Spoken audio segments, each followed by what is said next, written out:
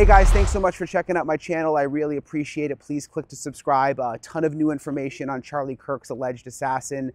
First of all, we've now got all of the text messages between him and his roommate slash romantic partner, what they were saying back and forth after the assassination. Plus, you guys remember, we thought that it was his dad who first turned him in, who spotted him in the surveillance photo. It actually wasn't him. I'll explain all of it coming up in this episode of Brian Entin Investigates.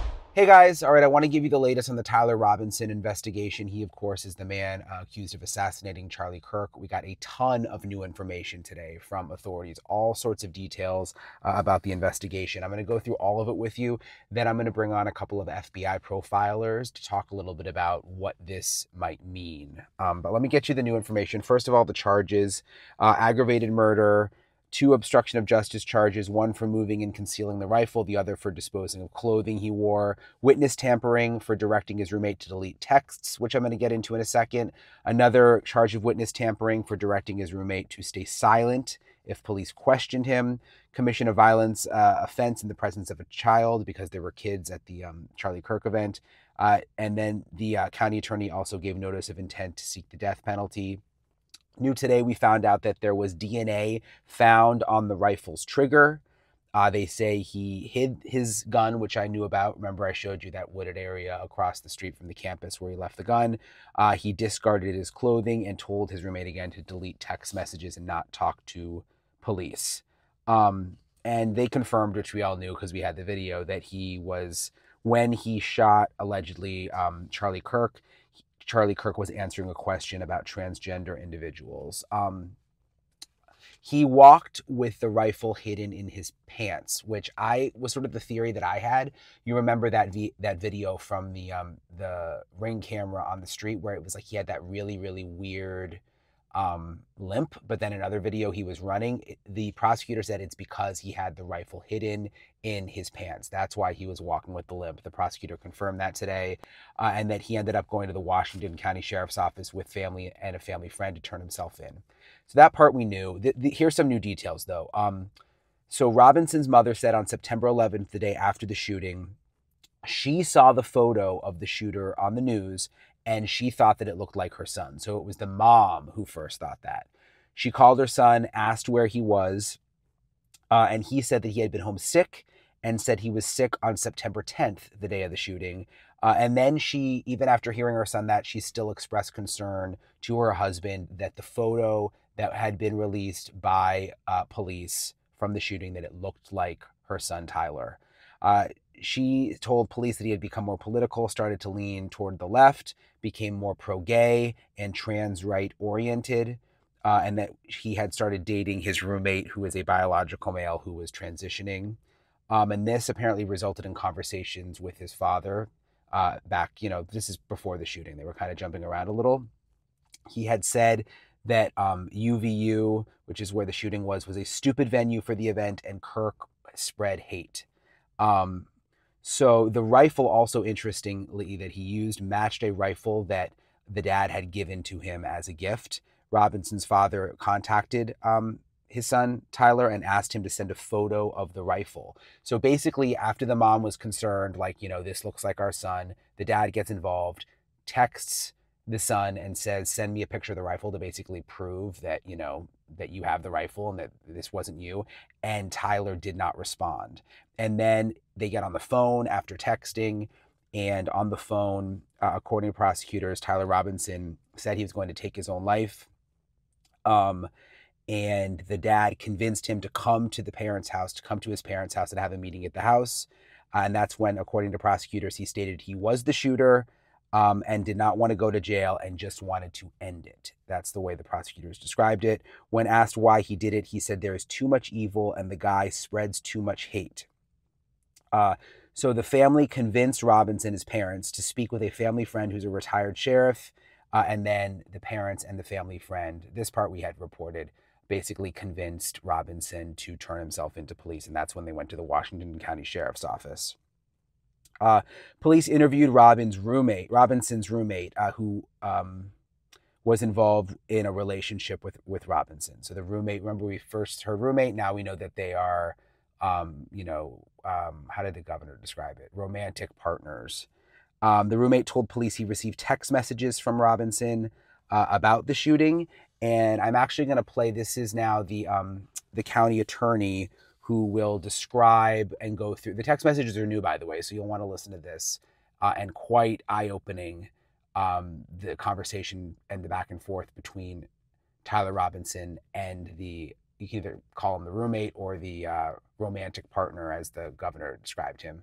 But this is the county attorney describing the text messages back and forth. Police interviewed Robinson's roommate, a biological male who was involved in a romantic relationship with Robinson. The roommate told police that the roommate received messages from Robinson about the shooting, and he did provide those messages to police. On September 10th, 2025, the roommate received a text message from Robinson which said, "Drop what you're doing, look under my keyboard." The roommate looked under the keyboard and found a note that stated, quote, "I had the opportunity to take out Charlie Kirk, and I'm going to take it." Police found a photograph of this note. The following text exchange, then took place. After reading the note, the roommate responded, "What? You're joking, right?" Robinson, "I am still okay, my love, but am stuck in Orem for a little while longer yet. Shouldn't be long until I can come home, but I gotta grab my rifle still. To be honest, I had hoped to keep this secret till I died of old age. I am sorry to involve you." Roommate, "You weren't the one who did it, right?" Robinson, I am. I'm sorry." Roommate, "I thought they caught the person." Robinson, "No, they grabbed some crazy old dude, then interrogated someone in similar clothing. I had planned to grab my rifle from my drop point shortly after, but most of that side of town got locked down. It's quiet, almost enough to get out, but there's one vehicle lingering." Roommate, "Why?" Robinson, "Why did I do it?" Roommate, "Yeah." Robinson, "I had enough of his hatred. Some hate can't be negotiated out. If I am able to grab my rifle unseen, I will have left no evidence. Going to attempt to retrieve it again. Hopefully they have moved on. I haven't seen anything about them finding it." Roommate, "How long have you been planning this?" Robinson, "A bit over a week, I believe. I can get close to it, but there is a squad car parked right by it. I think they already swept that spot, but I don't want to chance it." Robinson again, "I'm wishing I had circled back and grabbed it as soon as I got to my vehicle. I'm worried what my old man would do if I didn't bring back Grandpa's rifle. IDEK if it's had a serial number, but it wouldn't trace to me. I worry about prints. I had to leave it in a bush where I changed outfits. Didn't have the ability or time to bring it with. I might have to abandon it and hope they don't find prints. How the F will I explain losing it to my old man? Only thing I left was the rifle wrapped in a towel. Remember how I was engraving bullets? The F in messages are mostly a big meme. If I see notice bulge UWU on Fox News, I might have a stroke all right. I'm going to have to leave it. That really effing sucks. Judging from today, I'd say Grandpa's gun does just fine, IDK. I think that was a $2K scope. Wink, wink. Robinson again, delete this exchange. Again, Robinson, "My dad wants photos of the rifle. He says Grandpa wants to know who has what. The feds released a photo of the rifle, and it is very unique. He's calling me, RN, not answering." Robinson, "Since Trump got into office, my dad has been pretty diehard MAGA." Robinson, I'm going to turn myself in willingly. One of my neighbors here is a deputy for the sheriff. Again, you are all I worry about, love. That came from Robinson. Roommate, I'm much more worried about you. Robinson, don't talk to the media, please. Don't take any interviews or make any comments.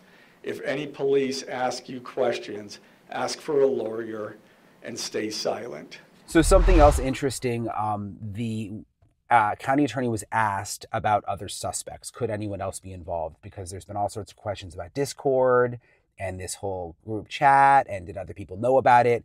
And the county attorney said no information right now about other suspects, but investigators continue to follow leads.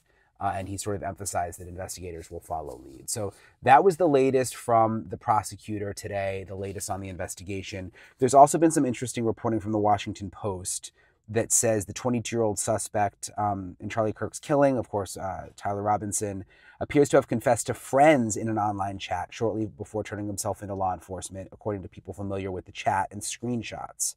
So the prosecutor didn't bring this up, only talked about the text messages with the roommate, but Washington Post is saying that he also confessed to friends and said, hey guys, I have bad news for you all. It was me at UVU yesterday. I'm sorry for all this. Apparently sent these messages out on Thursday night about two hours before officials said he was taken into custody. And some of these people turned over these screenshots to the Washington Post. And then there's some other messages too. Yeah, that's pretty much that. I was just making sure I wasn't missing anything. And then before I talk to the profilers, something else new today, which I was interested in. You guys remember right after Charlie Kirk was shot, the first person brought into custody was the older man. Remember there was all of those videos, I saw a bunch on TikTok, and everybody thought they had the shooter in custody right away because you could see videos of them taking this older guy away in handcuffs. And it turns out that was not the shooter. But we are getting more information about who that person was, and it's kind of bizarre. The Utah County Sheriff's Office put out this release about arresting and booking him. His name's George Zinn, and he's been arrested for obstruction of justice and possession of child sex abuse material.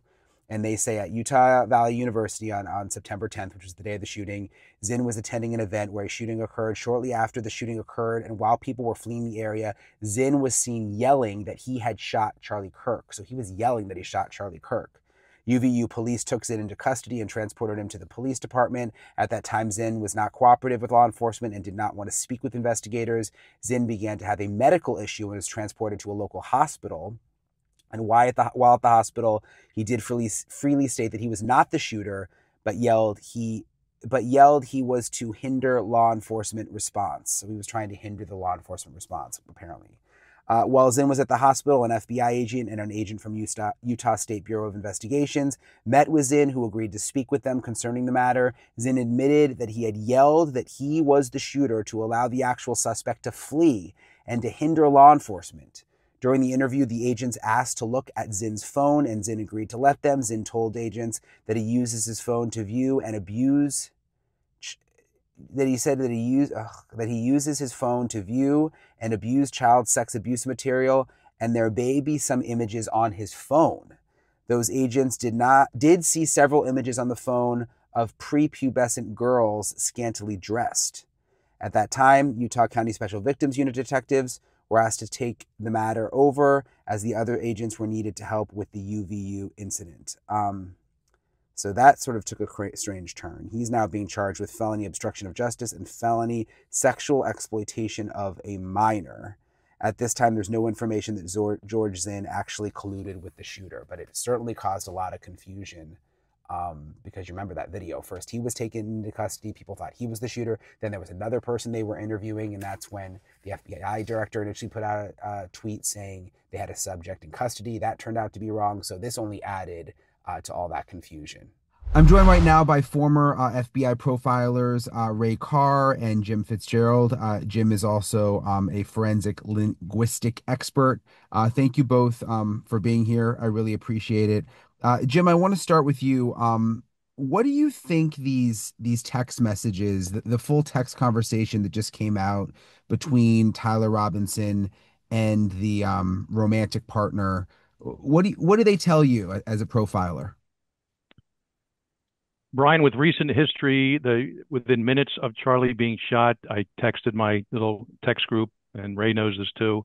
I said, "This is probably going to be trans or trans-related, trans Antifa, something like that," and of course it was. Uh, we all know what Charlie, would sometimes say, so it's not that much of a reach, but nonetheless. And when it comes to these messages, which are all they're not legally protected. It's not like a Miranda issue at all. Any lawyers will tell you that. This guy, these were prior to and after the shooting, some of the messaging anyway, and he basically confessed to his partner, the shooter. I don't say names, by the way, of these people. I don't want to give them the honor of us ever mentioning our name. I know Ray has the same policy on Cold Red. So the killer, basically confessed. I think you clearly see some narcissism in there, some egotism, someone who is also at the same time confused. And we can get a little bit more into that down the line. But it's great evidence for the police, for law enforcement, for the investigators, and it's of course defense attorneys will try to somehow get it thrown out of court in pretrial motions. But I think it's going to stay, and as long as they had search warrants or some kind of orders to get those messages, including the written message that was apparently left under a keyboard, these will be very valuable in court, and I'd be very surprised if it doesn't lead to a conviction in this case. What did you mean by narcissism? Well, we just see that with this guy.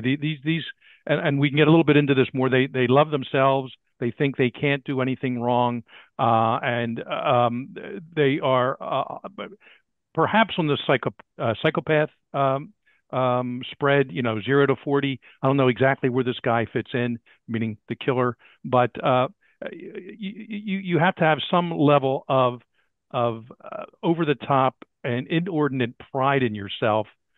And in some levels, you can say that's healthy, but in other ways, he thinks he's better than other people. He knows he couldn't ever beat Charlie, if that's even the right word, but probably hold a fair and equal conversation with him on some of these issues. Charlie was so skilled. So what does he have to do? His love for himself, his love for his romantic partner, just told him, look, I got to take this guy out because people like me just, we can't live in the same world with people like him. And part of that is, either consciously or subconsciously being so hung up and egotistical about who and what they are. Brian, one of the biggest things here, I'll add with Jim with this narcissism, is that there's absolutely no remorse on the part of these offenders. And I'm not just talking in this situation. If you go back into some of these other offenders over the last year, and maybe you're seeing this, but you're seeing more narcissism in these offenders, as Jim was just saying. But the fact is there's no remorse. Like they're almost happy what they did. They don't care. And that's really telling when you talk about narcissism. Ray, one thing that struck me with the text was it just seemed so nonchalant, like the way he was texting the partner. And granted, we can't hear the voice, it's just text, but it was just like, oh, I just did this and I'm just waiting to go get the gun and then I'll be home to you, my love. Like, I don't know. It just, that stood out to me. Well, sure. It's to him, it was all in the course of business. In other words, on my way home, I have to make one stop to pick up some bread and milk, what he's referring to as the gun, but it's not a big deal. He was more concerned about the fact that what if I can't recover this weapon? It doesn't belong to me. It belongs to my grandfather. And there's going to be some problems I'm going to have to answer to.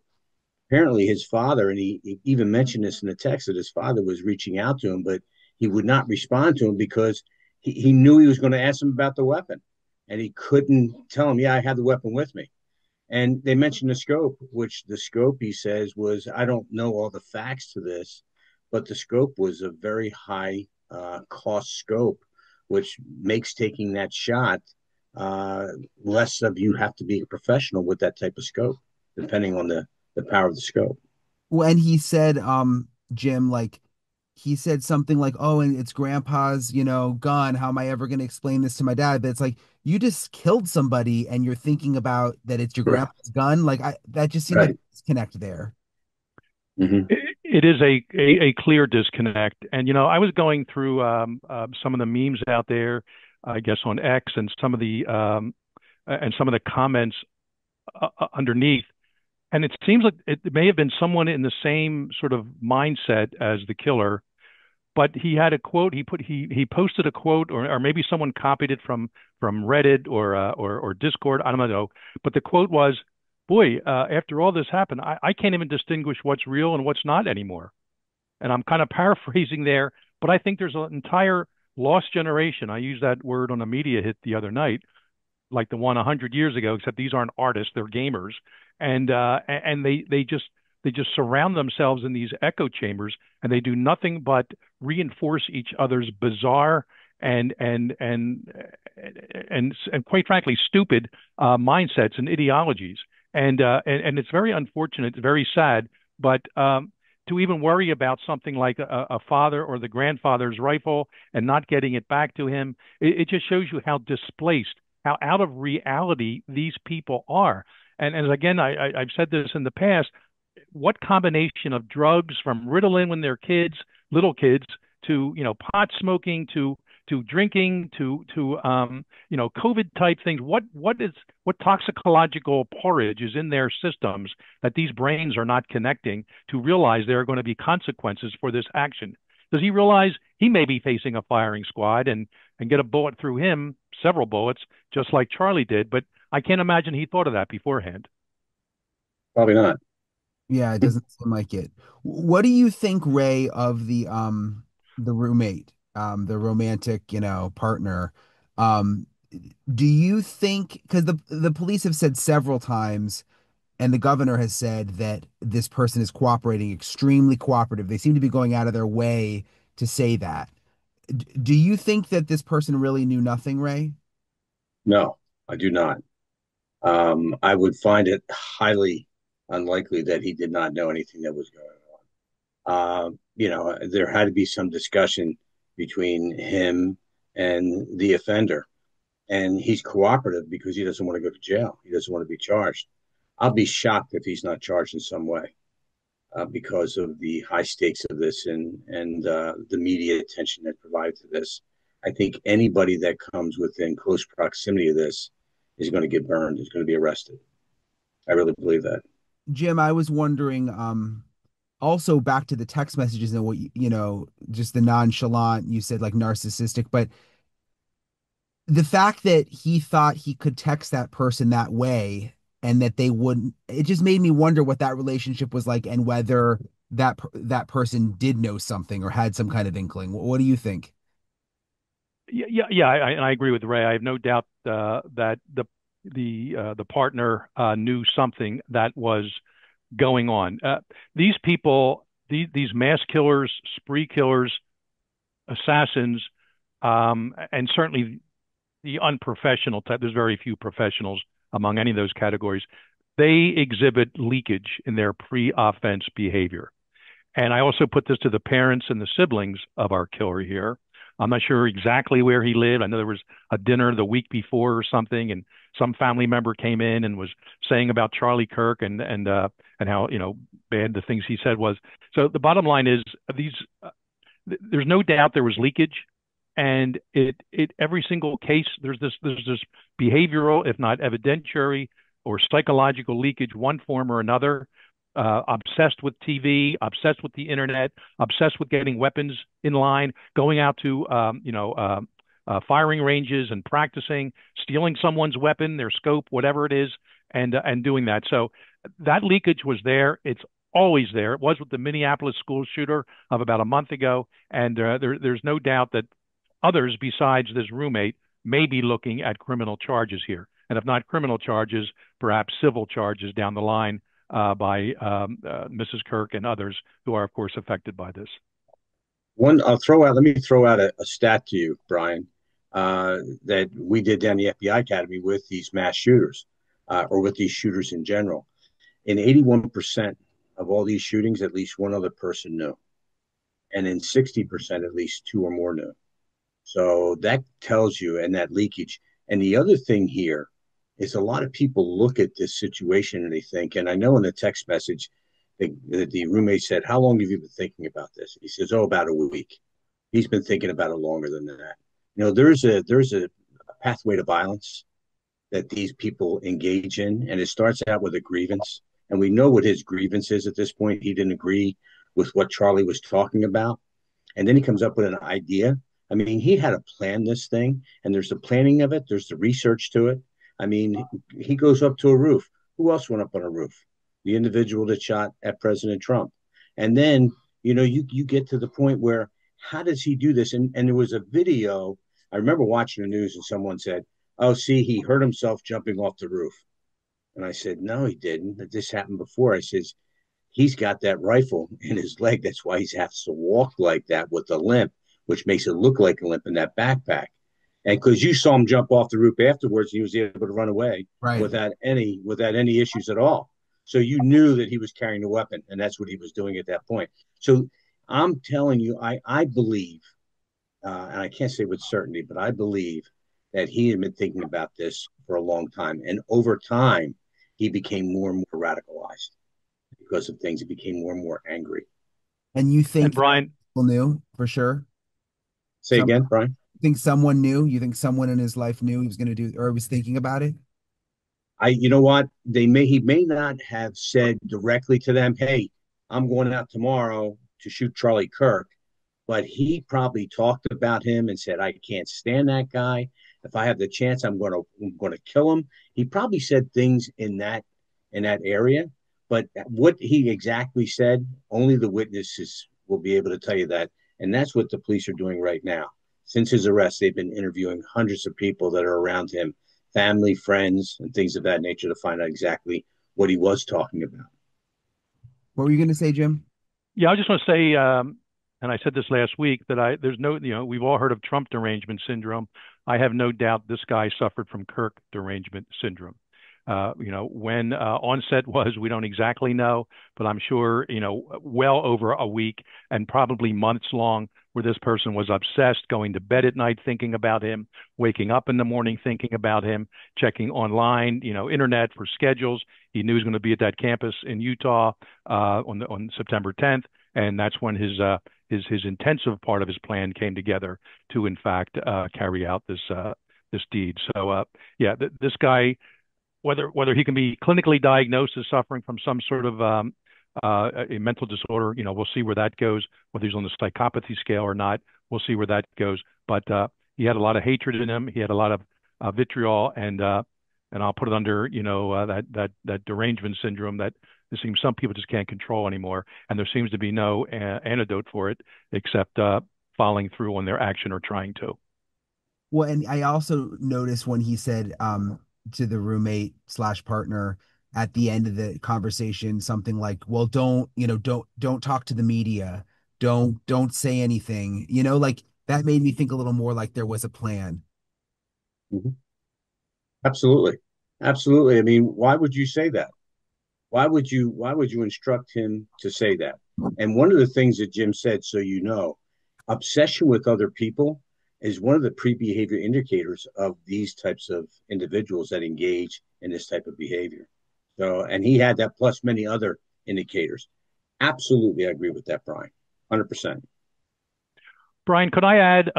We have some friends. Ray knows them, psychologists, Malloy, Mohande, Knoll, and Hoffman, and they put together something called concept of identification a few years ago. And this guy fits all of them. I'll just real quick go through the 5-part list here. He's a pseudo commander, which means he assumes appearance and behavior and a desire for revenge and obliteration. Warrior mindset. He's motivated by psychological fantasy to kill unarmed civilians. Number 3, a close and often secret association with both practical and symbolic weapons and other military and or law enforcement paraphernalia. That includes, of course, even marking the weapons. Seeking to be like or even surmount other historical or contemporary fictional or non-fictional attackers, assassins. And lastly, and this may be the most important one, seeing oneself as an agent or a soldier to advance a belief system or cause. For that last example there, it would be taking out Charlie Kirk because he dared to engage with people and answer questions from them. Yeah. Um, that's interesting to think about all of those things. Why do you think we're seeing more of this, Ray? I mean, obviously the circumstances are always a little different, but it does seem like a lot of the time it's, these young white guys. Yeah, I had a class of doctoral students I was teaching last night, and we were talking about just this thing. And I think there's a great deal of partisan mistrust. I think it's historically high, and many people are clustering into these echo chambers online where they rarely engage respectfully with opposing views. It gets to this thing. So you have these culture war issues. We're talking about race, you're talking about gender, you're talking about guns, religion, education, all these things that Charlie talked about. And they provide fuel for the movement, whether it's on the left or the right. And although there's some mainstream debates on this, it kind of blurs into extremist rhetoric. So it lowers the social costs for adopting these hardline positions that these people actually engage in. Yeah. And Brian, if I could add to that, I mean, it is also mainstreamed or normalized, quite frankly, by some in the media and by some of our political leaders. I mean, the failed vice presidential candidate just a month ago. Yeah, I woke up and I was, President Trump's still alive, huh? How about that? And we don't have to get into partisan politics here, but that's what people like this killer of Charlie Kirk are hearing and they're reading, and it almost sends them a signal. Their brains are clearly not fully developed. Who knows what it's been addled by these brains over the years, and what kind of nature and natural nature and upbringing this other person had. Nature and nurture is what I'm trying to say. And the point is, this all just came together, and the synapses aren't connected. There's clearly these people. I almost wish one of them, I don't know who it would be, and we do it recorded so they wouldn't try to trick anyone with a live, blurting something out. But get some guy now who's maybe been in prison for 5 years, the guy that shut up the church 10 years ago in North Carolina, any of these recent assassin or spree shooters, and look at they're in prison. They're like in their late 20s with absolutely zero chance of getting out. And maybe do some kind of a behavioral interview with them. And maybe some other young people would see, holy, you know what? I don't want to wind up like that guy. Yeah, I have these beliefs. I really don't like what that guy out there is saying, but I don't want to wind up in prison like him. But then we have these other people that are fomenting online. It's not just the young people talking among themselves, I'm convinced. There are other older people that are purposely trying to propagandize, even pretending they're younger people. I have no doubt there's some out-of-country operators doing this too, and they're doing everything to foment this undercurrent of evil and of destruction and of killing, where they just can't even see beyond the next day. They don't live in the reality the rest of us live in. Yeah, I kind of wonder. I mean, even with the death penalty in this case, and even if they did hear and see other past, killers who are incarcerated, like I don't even know if it would really matter. I think all of that just goes out the window, Yeah. I threw that out there. There have been people in the past that have gone on, TV with the right type of interview and said they regret what they did. And you're right. If you're a true believer, which maybe this killer was from last week, that may not dissuade you from carrying out actions. But maybe the person, 4 levels down on the true believer, call list, they said, geez, that guy's in prison and he has a black eye. Maybe he was beat up last night by some other guy in prison. I don't think I need that. So something to consider down the line. What do you make, Ray, of there were these messages on the casings, on the bullets, and he talked about them in the text messages, almost like because when I first started reporting on this in Utah, I was looking at it almost like it was a message that he was leaving to the people who found them. But now, based on these text messages today, I almost wonder if he didn't intend for anyone to ever see it. It's almost like he was embarrassed by something. Now, I don't think he really wanted people to find the weapon and or the ammunition that he left behind. He just didn't have time to be able to retrieve that. But those messages, he remember these individuals. He researched, he planned, and he researched what he was going to do prior to. And we've seen this before. We've seen this several times in other shootings. You know, there's no single pathway here that explains every case, but risks tend to build with several factors when they cluster them together. Like someone that has a grievance or social isolation. If there's a search for significance, where a person wants to be respected, he wants to be respected, or even heroic, he may think in this instance, hey, this is going to really set me apart from everybody else. I'm going to be a hero here with some people, just like the shooter in United Healthcare situation. People think he's a hero.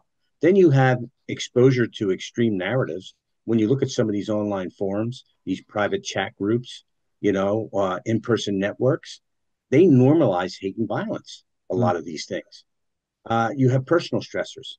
I don't have a job. I'm not getting along with my father, my mother. Things at home aren't really, really good. And I'm having mental health struggles. And then his access to weapons.